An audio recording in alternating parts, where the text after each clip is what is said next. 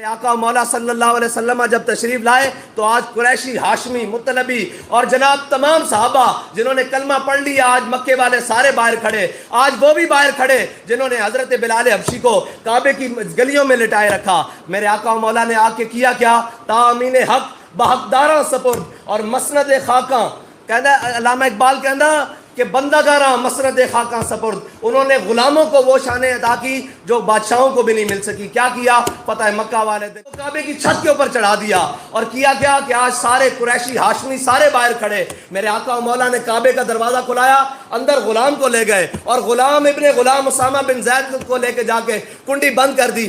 آج بتا دیا کہ آج میرے آقا مولا صلی اللہ علیہ وسلم کا دین آ چکا ہے، آج میرے آقا دنیا میں تشریف لا چکے ہیں، آج جانوروں کو بھی حقوق مل گئے۔ لوگوں کو ناموس رسالت اور ختم نبوت کا مسئلہ سمجھ نہیں آتا۔